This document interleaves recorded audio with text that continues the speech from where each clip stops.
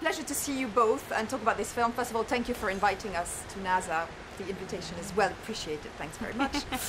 Let's talk about them. They seem to be very private people with, you know, public professional lives. So was it difficult to dive into the privacy that they have?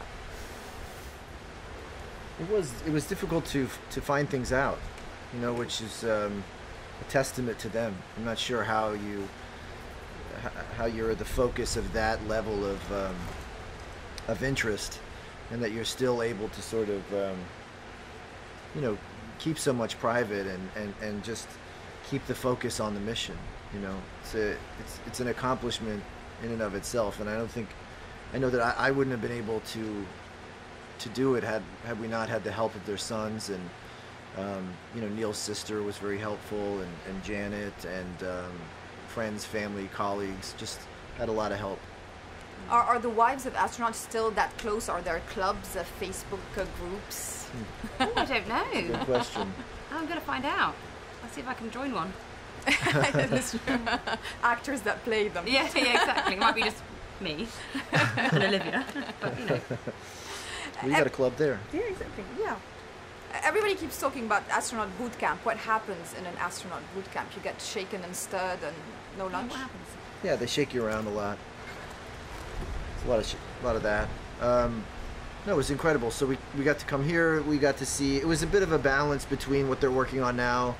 You know, obviously there was a lot to learn about how things were then, and but we were curious about, you know, what they're working on now, and so there was sort of this anti-gravity simulators and some flight simulators, and got to we have a moon rock bank where we got to access the moon rocks and see those and even handle them in a few instances, and you know, it was just, I mean, a lot of just fascinating things.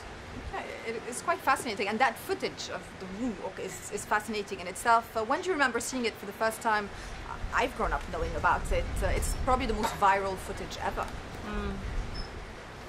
I can't remember a particular moment where I saw it. I think you just grow up knowing that it happened and that Neil Armstrong was the man who walked on the moon. Yes. And you take it for granted, really. Yeah, they were just synonymous with the moon. You know, Neil and the moon, just sort of something. I think as soon as I learned what the moon was, I learned that Neil Armstrong walked on it, and in a way he was just as mysterious. So when Damien, you know, sort of gave me the book, and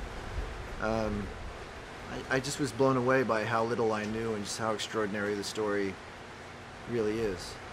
Yeah, absolutely. Was it daunting to, you know, work again with Damon, but on something so completely different that you had to start from scratch? No, it felt like we had a momentum and a shorthand, and I felt really so grateful that we got to make La La Land first, because, you know, that was challenging, and but I don't think nearly as challenging as this. And so it was just great preparation.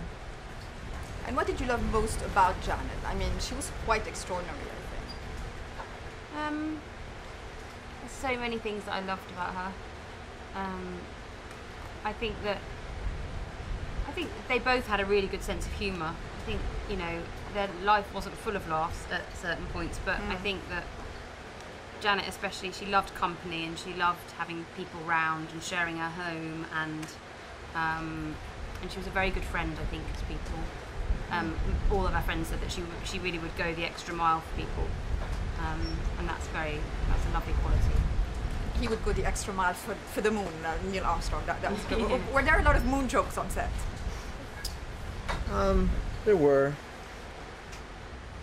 I'm struggling to think of one. I mean, it was really just the one. It was like whenever something would go wrong, it would be like, oh, we can put a man on the... We can put a man on the moon. But we can't...